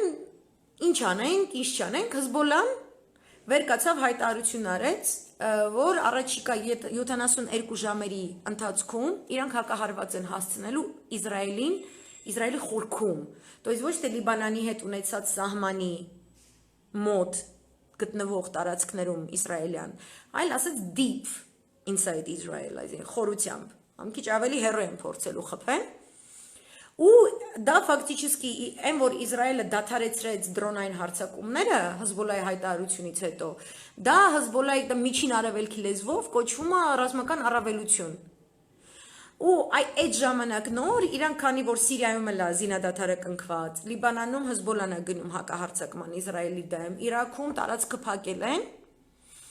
Հիմա արդեն բացի բաց այսօր նավը սկսեց սիրուն լողալ դեպի Սիրիա։ Ու Ամերիկայի Միացյալ Նահանգները ոչ մի բան չեն կարող անեն, չնայած իրանց գանձարանը տենց հայտարարություն արել, որ ով որ այդ նավթը առնի, ես իմ այս կոմենկոմ, սրանք ասում են դե արի բռնի կյանք ջան, արի խփի էլի։ Եկեք տեսեք ով է վերցնում, ինչ է անում, բայց այդ նավթը պետքա վերամշակվի, որպեսզի շուկայում ինքը գործածելի լինի, էլի շատ դժվար է չմշակված նավթը ինչ որ տեղեր հասցնել, մանավանդ որ sense պատմությունների մեջ է անգած։ Вообще Լիբանան, Սիրիա այս հատվածում ինչ որ կատարվում է նման գործողությունները, իրանք միշտ լինում են սեմիլեգիտիմ, հա, ու իրանք իրար հետ այդպես պայմանավորվածություն ունեն։ Այնտեղ չկան այդպես վարչակազմը, ասում են ամեն ինչ պետք է լեգիտիմ լինի, սաղ սիրուն գրենք, սաղ ամերիկացիներին բաներին ցույց տանք, որ տենան մենք ինչքան ժողովրդավար ազգեր ենք բան, ոչ մեկ նման էշություններով այնտեղ չի զբաղվում։ Այնպես որ սա էլ այս տանկերի պատմությունն է, որը գնացել հասել է գնում արդեն դեպի Սիրիա ու Բոլթոնը ոչ մի բան չի կարող անի, որտեղ ոչ եվրոպական ջրերում է գտնվում, որպեսզի խոսեր թե Եվրոմիությունը սանկցիավորված հարաբերություններ ունի Սիրիայի հետ, ինքը չի կարող ուղղակի առևտրային հարաբերություններ ունենալ։ Ինքը Սիրիայում առավելություն չունի այսօր, որպեսզի կարողանա Սիրիայից այս գործողությունը ինչ որ ձևով կանխել, սաստել կամ բռնագրավել այդ տանկերը, Լիբանանում առավել եւս չունի։ Եվ Իսրայելի կատարած այս դրոնային հարձակումը Լիբանանում ընդհակառակը Հզբոլան կարողացավ օգտագործել իշահ իրեն, որպեսզի ապահովի այս նավի ընթացքի թիկունքը, որ գնա ապահով հասնի Սիրիա, չնայած հիմա խոստանում են, որ Լիբանանին սանկցիաներ կտան այս կոմենքում, բայց դե լավ էլի Լիբանանը մի տեսակ այդ ինչ սանկցիաներ պետք է անեն, որ այդ նույն հետաքրքիր բանկային օպերացիաներից, այդ տարածքային Լիբանանի տարածքը օգտագործում ահագին ոչ լեգիտիմ գործողություններ իրականացնելու համար Միջին Արևելքում պատերազմի մեջ գտնվող բոլոր կողմերի կողմից իրանց բանկային համակարգը ուղղակի հմուտ ձևով կարողանում աշխատի պատերազմի պայմաններում։ Լուբոյ պատերազմական, որտեղ մենք հիմա ժամանակակից դարում ենք, ժամանակակից դարի պատերազմները իրանք համ ոչ միայն Facebook-ում են, ոչ միայն ինչ-որ դրոններն են, ոչ միայն չգիտեմ ինչ, այլ իրանք ունեն իրենց բանկային համակարգը, բանկային փոխանցումների համակարգը, որը ասեն կարող է Շվեյցարիայում սենց այն ինչ տեղում, նենց այն ինչ տեղում, նենց է, բայց Լիբանանը իր անվտանգությունը ապահովել է հենց այս բոլորին, ոնց որ բենզակալոնկա, բայց փողերով էլի, այտենց, այն նման ծառայություններ ապահովելով։ Ու հիմա քանի որ Հզբոլան այնտեղ շատ հզոր ուժ է պարլամենտում էլ եւ քաղաքական ուժը, ոչ միայն ռազմական ուժ, քանի որ 2006-ի պատերազմի Իսրայելի հետ պատերազմում հաղթանակ կրելուց հետո իրենք կարողացան ռազմական ուժից, ինչ որ մարգինալ ուժից վերածվել ամբողջական քաղաքական կուսակցության, քաղաքական ուժի, իրանց քաղաքական գաղափարախոսությամբ, իրանց հստակ այսպես սոցիալ-տնտեսական զարգացման ծրագրերով, բլա բլա բլա թեկուզ եւ սանկցիաներ դրվի ու չգիտեմ ինչ, իրանք չեն կարողանալու առանց Հզբոլայի հետ հաշվի նստելու ինչ որ նման գործողություններ իրականացնեն։ Ցի ամբողջ դիվանագիտական հարաբերությունները Լիբանանի հետ իրանք առանց դրա չեն կարող իրականացնել։ Սա Լիբանանի առումով մի հետաքրքիր զարգացում եւս այս background-ին, այսինքն իրանք ունեն այս շաբաթ իրանական, ռուսական եւ չինական ռազմաստրատեգիական առավելության շաբաթ է։ Ես միշտ ներկայացնում եմ, որ ասենց մի 7 օր այն մյուս կողմն է գնում հարձակման, այս մի 7 օրը սրանք պատասխան են տալիս։ Այսենց Այսինքն անցյալ շաբաթ ամերիկացիների հետ միջին հրթիռների համաձայնությունից դուրս գալուց հետո սկսեցին այնտեղ Լեհաստան, Ռումինիա, Ֆինլանդիա, Շվեդիա նոր զենքեր ուղարկել, նոր ռազմաստրատեգիական ծրագրեր մշակել, բլա բլա բլա, այնտեղ հարավում Պոմպեոն գնում է Իսրայելին հեքիաթներով խոստանում, պալատներ խոստանում, իսկ այս շաբաթ սրանք են հարձակվում, սրանք պատասխան են տալիս։ Հա, իդեպ Պոմպեոյի հայտարարության հետ կապված ներկայացնեմ, որ Պոմպեոն նշել է որին հետևել է Իրանի պատասխանը, որի մասին ես ուզում եմ խոսել, Իսրայելին հստակ մեսիջ է ուղարկել, որ ինչ ուզում է լինի այդ տարածաշրջանում, ինչ ուզում է լինի, ինչպիսի իրադրություն էլ որ ստեղծվի։ Ամերիկայի Միացյալ Նահանգները 100%-ով ապահովելու են Իսրայելին դիվանագիտական, ռազմական եւ ֆինանսական հենքով։ No matter what. Նա ինչ է նշանակում։ Դու ինչ ուզում ես գնա արա, ուզում ես պատերազմական գործողությունների մեջ ընկի, ուզում ես գնա Լիբանան խփի, ուզում ես Իրաքում չգիտեմ ինչեր արա, մենք ձեր հետ ենք։ Սա է նշանակում այս հայտարարությունը։ Այս հայտարարությունը կատարվել է զուգահեռ Տրամպի հայտարարությանը, որը ասել է, որ ես դեմ չեմ Իրանի հետ հանդիպելու, դե կախված որոշակի պայմաններից։ Իրանի Իսլամական Հանրապետության ղեկավարությունը այս երկիմաստ ու իրար հակասող հայտարարությունները, որ գալիս է մեկ վարչակազմից, իր համար համարել է անընդունելի։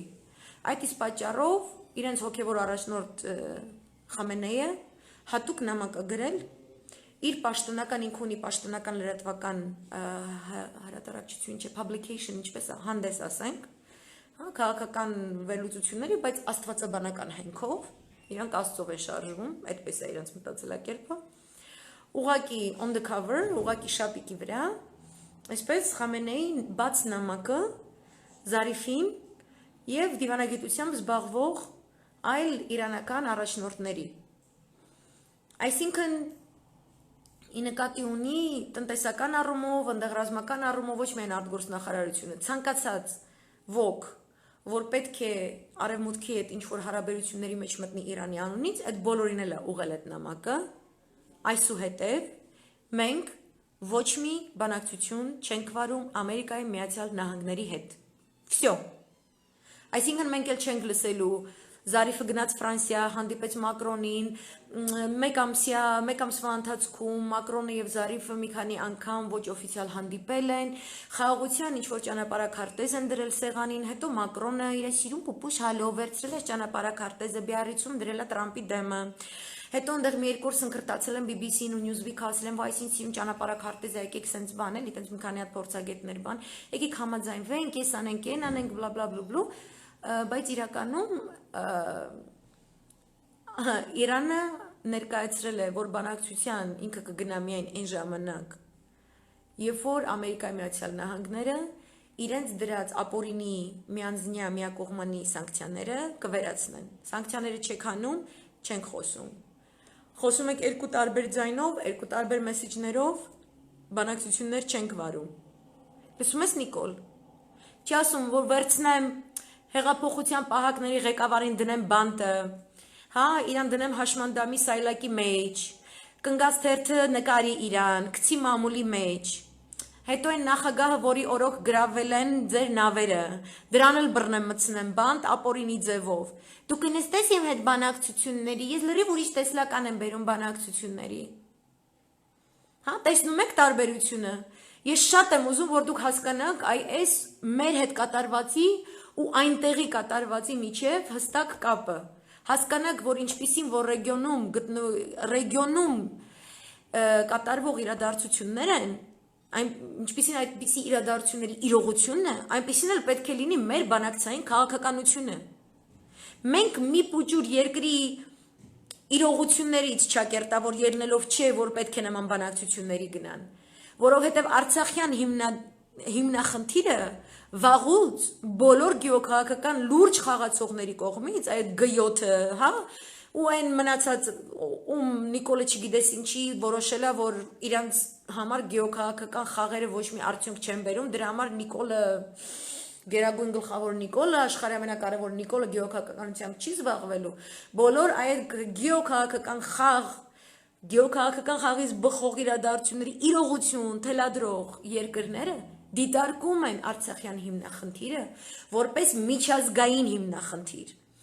ոչ թե հիմնախնդիր, որը տարածաշրջանային է, հա?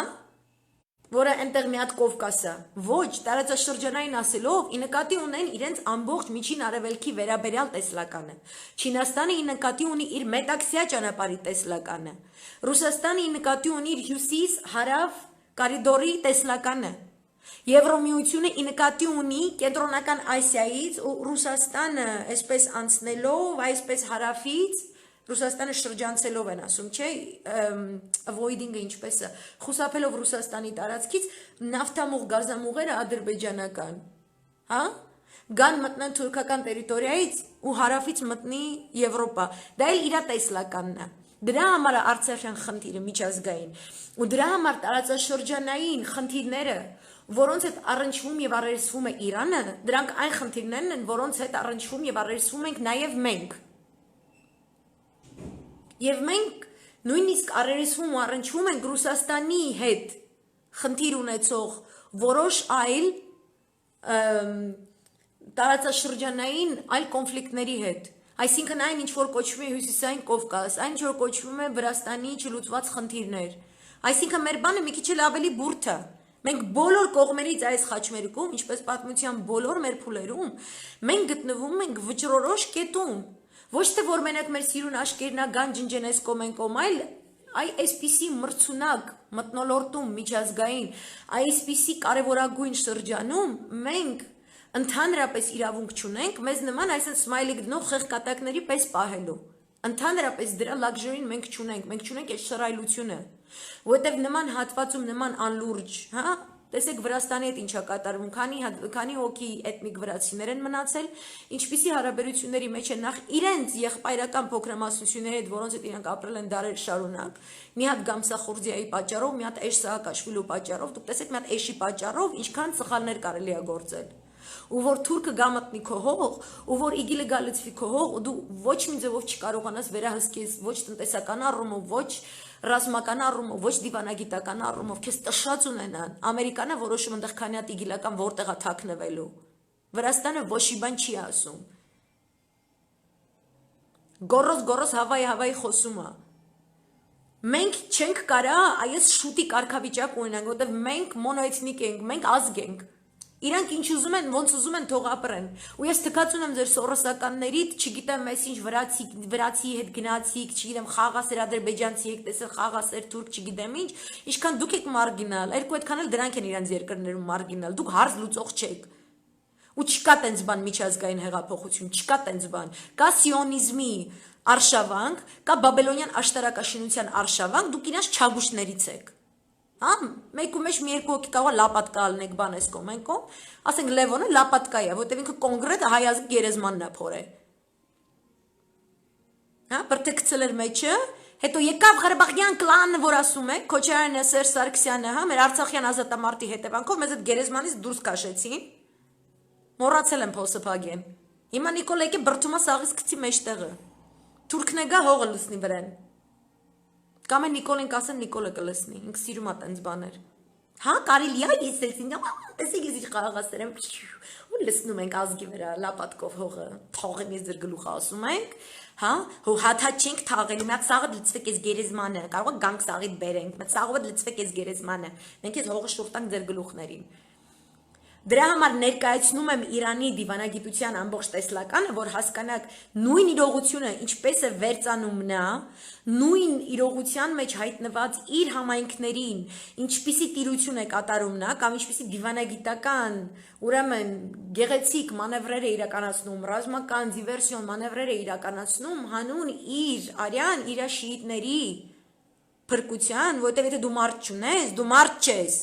ու պետություն չես, եթե դու մարդ չունես։ Եթե դու միջին արևելքում հայ չունենայր, ցավտանեմ, եթե մենք այնտեղ պատմություն ունեցած չլինենք, ոչ մեկ այսքան մեր Արցախի պատմությունից, մեր Արցախի հիմնախնդրից չէր կախվի։ Արցախյան հիմնախնդիրը հայկական հարցի շարունակությունն է։ Դուք ո՞նց չեք հասկանում սա։ The Armenian question։ 3 դար այդ անտեր-ամերիկանից ցրցամ են տվել անգլիական թագի այսպես դրոշի ներքո։ Ընկելա մեր ջանները փոք չի գալիս։ Հայկական հարցի շարունակությունն է Արցախյան հիմնախնդիր չի, սա հայկական հիմնախնդիր է, սա հայկական հարց է, սա ամբողջ հայության հարցն է, դրա համար Արցախը Ստալինգրադն է, Ստալինգրադում պարտություն ենք կրում, մեզ ենթարկում են բոլորիս վրա երթի, ձեր երևանյան կաֆեներն հետը, ձեր փրչոտ դոշերով, փագենք եկեղեցին, փագենք բանակը մեզ պետք չի, Արցախը մեզ սաղիդ, չեն հարցնելու։ Դու եկեղեցին փագելու կողմեր, դու հեթանոսեր, դու ինչեր, քո կարծիքը մանվելի մասին ինչեր են, ինչ ոչ մեկ չի հարցնելու։ Յաթաղանը вообще չի խոսում, ինքը հարցեր տվող չի, ինքը գլուխ կդրող է։ Ու եթե այսօր միջին արևելքում քո հայի գլուխը կդրում են ու դու էշեշ նստած, զբաղված ես սև ու սպիտակով, հայկոյով ու մենք զիբիլի մակարդակի հարցեր ենք իբր թե փորձում լուծել։ Դու այդ զիբիլի մակարդակով էլ մեր հետ դիլ կանեն, մեր հարցն է այտենց կլուծվի։ Էտա մեր մակարդակը, պլինտուսը մինչև ուրա ձգում, մինչև զիբիլ, դե սրանց է հետը գցի այդ զիբիլի մեջ։ Իսկ եթե դու քոնը պլինտուս չի, դու ձգում ես մինչև Փարիզ, մինչև Վաշինգտոն, մինչև Մոսկվա, մինչև Թեհրան, մինչև Բեյրութ, մինչև Իսրայելի քթի ծակի մեջտեղը, որ քո բանակցությունները վարես, որ քո հային ոչ մեկ ոչ մի տեղ չկպնի, այ այդ ժամանակ դա ուրիշ մակարդակ է, այդ մակարդակի վրա էլ քո հետ կհարաբերվեն։ Ու Նիկոլի հետ, Նիկոլ ջան, այդ որ դեսպաններին հավաքում գոռում ես վրեքները, ինչի ներդրումներ չեք բերում այս կոմ, ցավը տանեմ, բիզնեսմենները, որ գիտեն դեսպաններին, գալիս են հետները խոսում են, իրանց հարգում են չնայած, հա, несмотря на то, что դու ես իրանց վարչապետը, ոչ թե благодаря тому, որ դու ես իրանց վարչապետը, ու դու վարչապետ ես благодаря այդ դեսպանների, կյանքս որ իմանա շնորհակալություն հայտնել նուրբ արվեստը ու հերիքը ամեն անպատե առիթ ոնց որ մարտի մեկը դու ես արել քո քորտիրոջ հեր ու շարը գցում ես բանի վրա կոչարանի վրա չէ առավոտից իրիկուն դուլապները բացում ես տունը դուլապը գարդիրոբա հունարենով բացում ես այնտեղ մեջ Ռոբերտ Քոչարյանի նկարներն ես տենում ես Յանեյան ցավը տանեմ բոբոների համար հոկեբաններ կան գնա քո անձնական բոբոները բուժի դու գործով զբաղվի Չի կարելի այս ձևով, այս նույն տեսլականով, որ ենքով բզիկն է, դու ես սխալը ու դու շարը գցում ես ուրիշի վրա, զապադլոս, զորբայությամբ, ջրիկությամբ, էշությամբ, հարիֆությամբ, դիլետանտությամբ գցում ես ուրիշի վրա։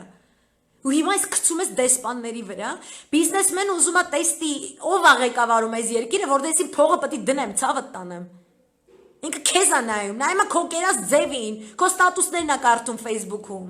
Նայմա դու քո երախուն ոնց ես դնում Facebook-ի մեջ, նայմա կնիկդ ոնց է սաղին սպառնում, հաթակ չգամ, փողերը կբերեք կտակ։ Նայմա դու քո եկեղեցում ոնց ես վերաբերվում, ինքը ոչ թե քո հետ պետքա համաձայն լինի կամ քո դեմ, մի հատ հույնի ինչ վեճն է քո հետ համաձայնում, որ պետքա գա փողը այնտեղ դնի։ Իրա ինչ վեճն է, դու ինչ գույնի ես, սև ես, սպիտակ ես։ Ինքը ուզում է իմանա իր փողը այնտեղ ոնց է աճելու, դու վաբշի կարաս այդ փողից մի հատ ծառ աճացնես, որ այդ մարդու ներդրումը ունենա sustainability, ցավը տանեմ, դու չես կարա։ Դու բերում ես հայկոին դնում ես Facebook-ի live-ի մեջ, երկուսով կնանիքի պես բամբասում եք լիբանանյան մի հատ ընկերությունից։ Ու ինչ սուտ ասես չեք անում վրան, սանիտեկի, այսօրվա դրությամբ դուք սանիտեկին պարտքեք 300 միլիոն դրամ։ Չեք վճարել։ Բայց այն մյուս բիզնեսմենները հո էս չեն, հո մենակ քո դեսպանին հարցնելով չի։ Բաբաթին բաժանմունքներ ունեն իրանց ընկերություններում, որ ասում են մենք հենց այս երկրում ինչ է կատարվում։ Իրանց վեճը չի քո աննախադեպը։ Իսկ քանի հատ այտենց գունավոր էշափոխություն են տեսել, ցավը տանեմ։ Ում ես զարմացնում։ Բոմբերի տակ սնարյադներ գնացող, հա, վերևից սնարյադ է գնում, ներքևը նավթամուղ ու գազամուղ է, դրանից եկամուտ սարքող ներդնողները, քթի ծակ չունեն, քո դեսպանից են սովորելու երկրում ինչա կատարվում։ Իրանք է ինտերնետ ու Facebook ունեն կյանք, մենակ դու չես, իրանք էլ են մտնում նայում։ Նայում են քեզ, նայում են ինչ վիճակում, ալենի տենտենում են, երիցյանը ինչը դրանց են նայում։ Ամբողջ հասարակությունը պետքա լինի ներդրումը բլելի։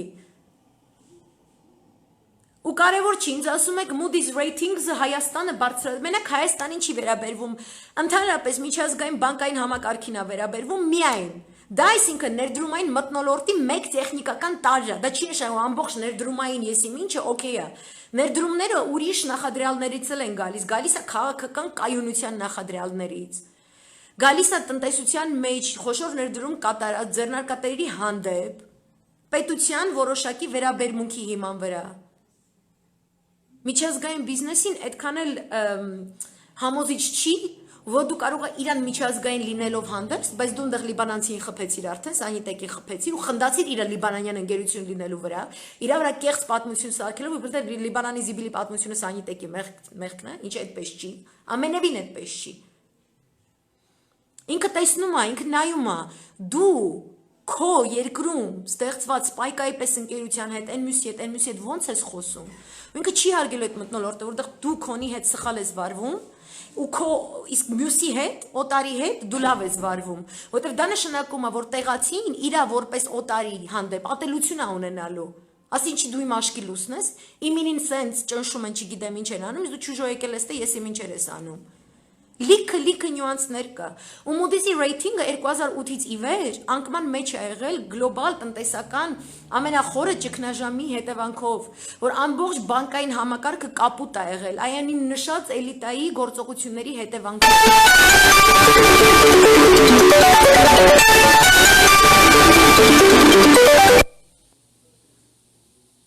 Այսինքն Moody's-ը բարձրանալը նշանակում է բանկային սեկտորը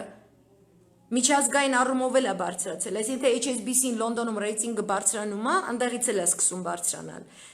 Լրիվ ուրիշ բան է։ Դա չի նշանակում ներդրումային մթնոլորտը եսիմ ինչ է։ Oxford Analytica-ն է պետք կարդալ։ Երբ որ ասում է, որ քաղաքական կայունության առումով ներդրումները այսքանը, ինձ արդեն զանգում են, ես պետք է իրան զանգեմ, մի բան հիշացնեմ, ես մի փոքրիկ բան ասեմ գնամ, ուրեմն Բորիս Ջոնսոնը ստացել է Հարալ Զուլաթագու օքեյը, որպեսի պարլամենտին ուղարկի քնելու մինչև հոկտեմբերի 14-ը, որովհետև պարլամենտը ուզում էր օրենք անցկացնել, որպեսի Brexit-ը տեղի չունենա, քանի դեռ Անգլիան Եվրոմիության հետ ոչ մի համաձայնագիր չի կնքել։ Իսկ ինքը ուզում է Brexit-ը հոկտեմբերի 31-ին իրականացնի, անկախ նրանից ինքը դիլը ունի թե չունի։ Ու քանի որ իրանք ուզում էին օրենք անցկացնեին, որպեսի առանց դիլի դուրս գալը հնարավոր չի լինի, ինքը իրանց ասաց գնացեք քնելու ջանիկներ ջան։ Ու տենց ամառորով ուղարկեց բերլոգա։ Ու տենց Թագուհին ասեց օքեյ եմ կյանք ջան, հելեք դուս եկեք այս հայատներից, իսկ Թագուհին պատահական բաներ չի անում, Թագուհին պատրաստվում պատերազմի հյուսիսային հարավային ճակատներով, բայց Ամերիկայի էշեշ գլուխով ու զենքով։ Այսքանը, սա է ուզում ասեի, այսօրվա լայվը սա էր, ուրիշ բաներ կա, բայց ես շատ լավ մարդկանց պետք է հիմա զանգեմ, իրանց հետ խոսամ։ Ես ձեզ մաղթում եմ հրաշալի երեկո, հուսամ հետաքրքիր էր, ես ձեզ մաղթում եմ լավ երեկո, լավ եղեք, վաղը այստեղ տոն է լինելու Արցախում, եկ Արցախ, в общем, պաչիկներ, հաջողություն ձեզ։